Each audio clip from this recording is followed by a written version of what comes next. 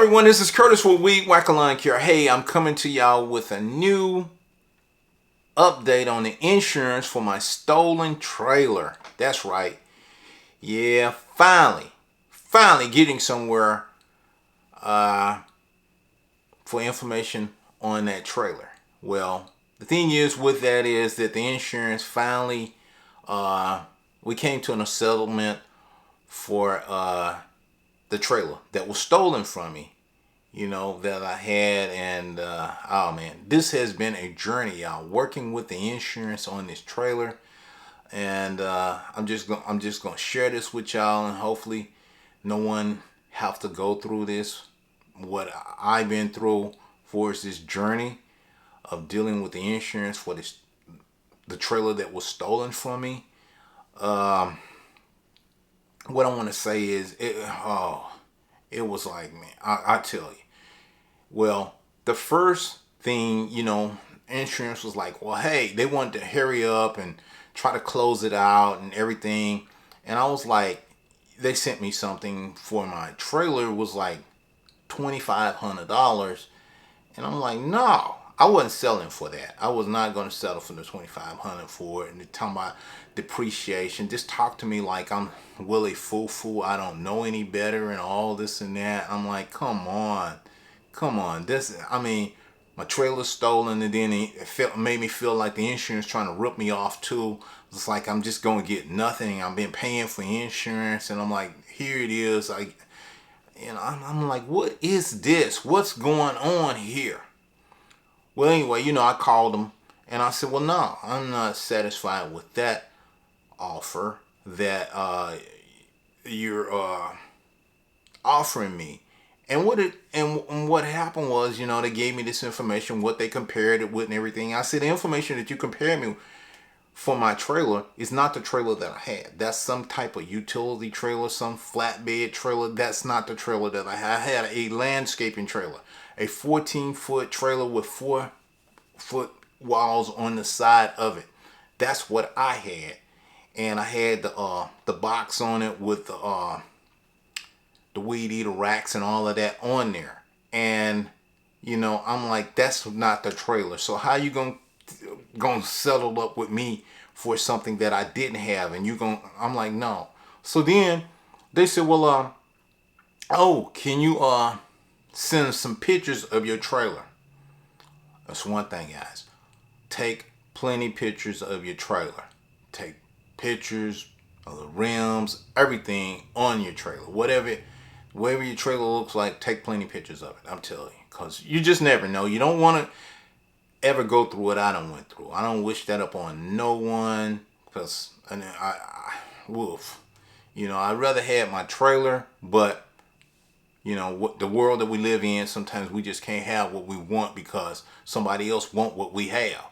You get that kind of stuff, but they're not out there grinding. They're not getting up every day after day, getting out there going through the heat, the rain, the snow, the bad weather, the cold days, out there grinding, going to somebody's property to service and taking a trailer and working hard, but they want to steal your stuff. I worked hard to get that trailer.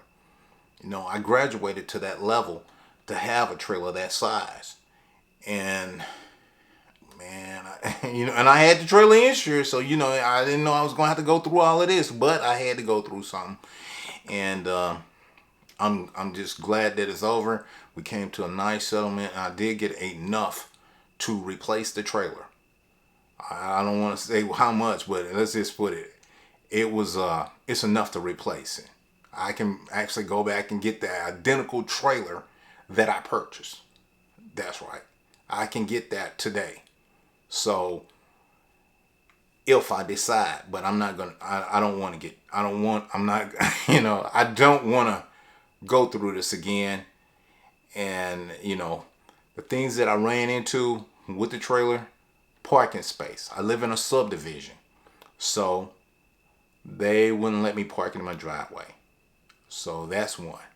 Now, I know a lot of you guys say, well, why don't you park it in the garage? I could not park it in the garage. I have a post in my garage, and the trailer was like 8.3 foot wide, 14 foot long. Couldn't get that in the driveway. And I know a lot of people say, well, why don't you get a smaller trailer? A smaller trailer, well, to do what I'm doing, the work level that I have, the capacity, it won't do me any justice. I mean, I still couldn't get all my motors on there. You know, I got a 52-inch Gravely with a wider deck. And with a smaller trailer, you know, I can't get that mower on there. I can't get all the equipment that I need to have on there with all the mowers.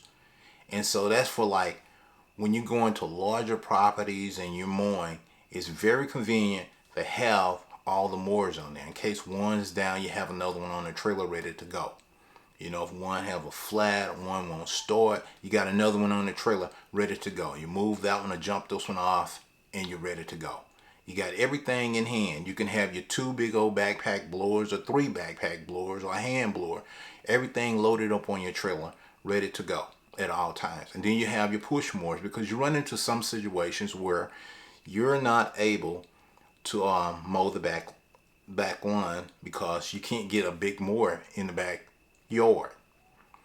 And you need like a 21-inch mower. So you'll already have that on your trailer. And sometimes you have 2 of them, because if the pulley rope to start the mower breaks, you got another one on the trailer ready to go. And that's the thing, being ready to go at all times. And, you know, having equipment on there, backup equipment. Because when you leave out for the day, you want to be able to complete the day. Not have to go back because of some failing equipment. You know, you don't want that. You're like, oh, now I got to come back because the rope broke, or it wouldn't start, or I was having problems with this, the carburetor, or something other. Normally, you try to tune up your equipment, make sure it's in good peak performance, that it's going to do the job when you're out there. But we just never know. You never know when something's going to fail. You don't know. These things happen. So by having everything at hand, that's why I needed a larger trailer. And to get a smaller trailer to put in the garage, it's just not going to do what I need to do. For us, when I'm doing a landscaping job, if I need to have some rocks, I need to pick up some rocks, I need to pick up some grass, or I need to pick up some gravel, I could do it with that trailer. And if I need to do a big old cleanup for hauling off a lot of debris after piling it up and cleaning the property, I could do it with that larger trailer. So that's the reason why I had got to a level where that I could do X amount of work by having a larger trailer. But going downsize, it's like, yeah, it's convenient having a trailer, but it won't do what I need. And so why purchase something that won't do what you need to do? Yeah, it'd be convenient to have it and try to park it in the garage and all this and that, but it's not doing what I need to do. I'm still not at the other capacity level to take on the workload that I had graduated up to, where I could take on more jobs, bigger jobs, for us mowing those lots, for us cleaning off commercial properties and all. And that's the point where you graduate to another level, so you can move up, where you can have a storage, and you can have a storage to put your equipment in and storage to park. But I can't have it. So what I done went through, I'm to the point where that, hey, I don't want to ever go through that ever again. That was just a very stressful moment of how I'm going to do it. So what I did, I started downsizing. I just said, well, maybe it's just time to downsize and just do a little bit. Because I really, it was on my mind to just really just quit. I wasn't quitting, but it was like I was quitting to say, well, hey, listen, I'm finna go and do something else, because this is acquiring too much of my time and taking too much away from me to be worried about a lot of stuff. I don't want to be worried about no equipment. I don't want to be worried about a thief taking something. But as long as you're out there, you're going to run into these problems. I mean, you see what's going on right now throughout the USA, where people are stealing people's catalyst converters. Oh God, that's awful. I mean, when you go in a parking lot, you hope that when you come out, your car going to be in full tack, where you can crank it up, and you're not gonna hear a loud sound due to some scramblers thief out there messing with your vehicle. You don't want that. When you go to church, you don't want to come out and that's gone. You don't want to be staying in an apartment and that's gone. And that's the thing that's been happening.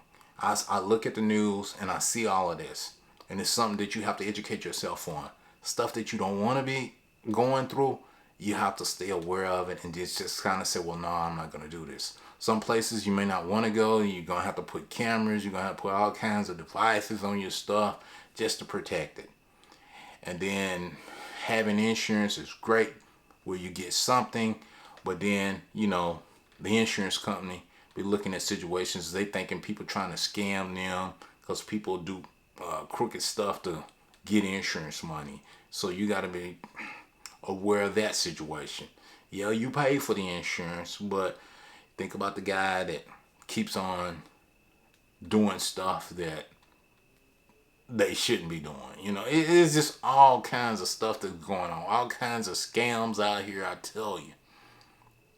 But I'm just sharing this information with y'all, and I hope that it helps you, someone out there, not to go through this. I mean, what I can say, yeah, you can get all these devices, but it still costs you money.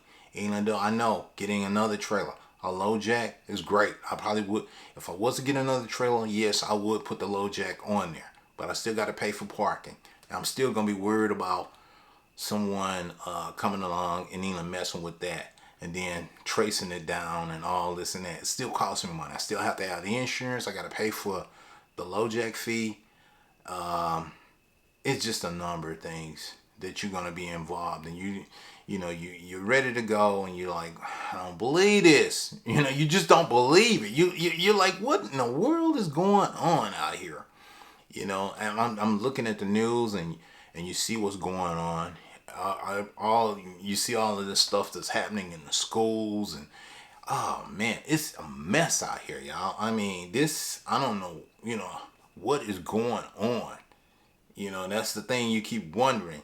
You're like, what's going on? I mean, it's just like it's no end to anything. First, everything is at a moment where we're into a pandemic and people were sick and people just losing their lives, and now you got people losing all of this equipment, these trailers, these catalytic converters, and it's like, man, what in the world is going on, y'all? What's going on?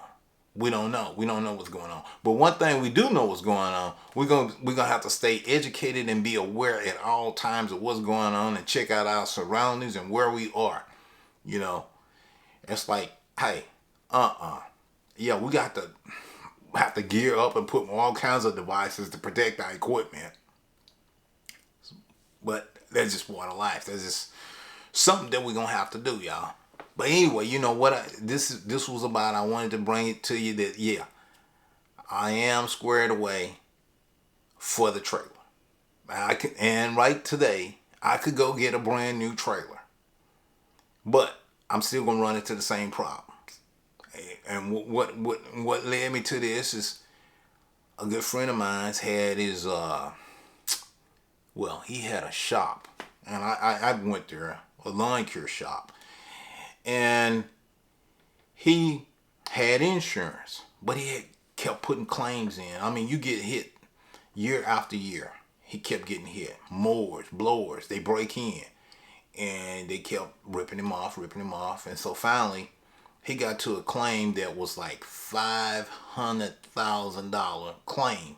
Insurance said, this is it. If you can keep going if you want, but you're on your own, we're not going to insure you anymore. You're such a high risk. So they dropped it. We're dropping you. This is the last claim.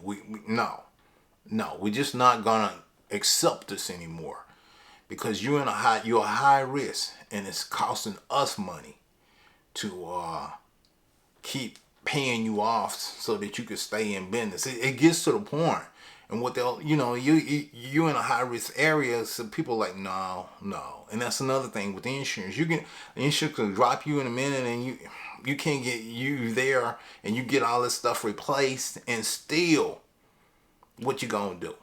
You know, they only gonna pay up to so much. You know, I mean, I didn't hear it. You know, I done went through it, and it's just bad. And yeah, they gonna, you know, eventually, like when something happen, they raise your premium up. You gotta pay more and all this. It's like you can't win on this. I mean, when you get into one of these environments where it was like, oh God, even in some neighborhoods, some homeowners cannot get their homes insured because the neighborhood is such a high crime area. Every time you look around, a house getting broken into. It's this, it's that. They can't get it insured. And then the insurance that they have to pay for is just outrageous. You know, you were like, what? Well, hey, you live in a high crime area, and the risk factor is more, the odds are you're going to get hit. You're going to get broken into. You know, but I got the alarm, I got the cameras, I got the burglar bars. You know, you got everything. I got the fence, I got everything. Doesn't matter. Doesn't matter. You're going to leave someday, and they're going to get you. You know, but hopefully they don't, unless you stay at home and somebody stay there 24/7, or you got neighbors looking at you and you got dogs and everything to try to protect your property. You know, you're like, man, it's a nerve wracking. This is some experience for me being out here working in different neighborhoods over the years of just seeing all kinds of stuff that go on. And I shared a video some years back where I was in a neighborhood and they had a helicopter that was flying over, and they said to get down on the ground. I'm looking around the helicopter. I'm like, what the heck? Get down on the ground for? I ain't getting on. Get down on the ground. You know what they said. But hey, I'm in this neighborhood. I'm just showed up to mow the lawn, and I'm on the ground with my hands out. And what it was a house over from where I was from the mow this property, and they had this guy that they had the SWAT team out there with machine guns and everything. They was finna have a shootout, and so he was like, get down on the ground. And right then and there, I'm like, wait a minute, you know, because bullets are gonna be flying everywhere, you know, if they're gonna have this shootout. And you get caught in situations when you're out mowing lawns in different neighborhoods, you don't know what you're finna get on. And turn out the guy was some kind of I think he was in some kind of drug dealer or something other. But I was like, man, wrong place, wrong time. And guess what? I had to cancel that yard. I wasn't going over there anymore to mow any more lawns. Forget that. It ain't worth it. So, you know, that's kind of stuff you run into. That's just years of traveling in different neighborhoods. You know, sometimes things may appear to look good, but it may not be good. All neighborhoods, no. It's a risk that you're taking when you're out here. Going up and down these old roads and highways and byways. I mean, it's all kinds of people traveling. And you don't know. You don't know. I mean, here it's scary. Every time you look around, like I see on the news, you see what, like I said earlier, you see what's happening in the schools. It's bad, man. It's bad. And what's going on mental, you know, you never know. This is a lot of mental situations with people. You don't know what's going on. Somebody is just not in the right state of mind and wanting to, you know, hurt someone. That's a mental issue. I mean, come on. You know, no one wants. I mean, you know, you just got to be careful out there, y'all. You know, because you know, I'm looking at it and I'm thinking about. I think about just thinking of myself and even having some grandkids. Think about them in schools, you know, and I'll be like, man, oh God, you know, that's a hurting feeling.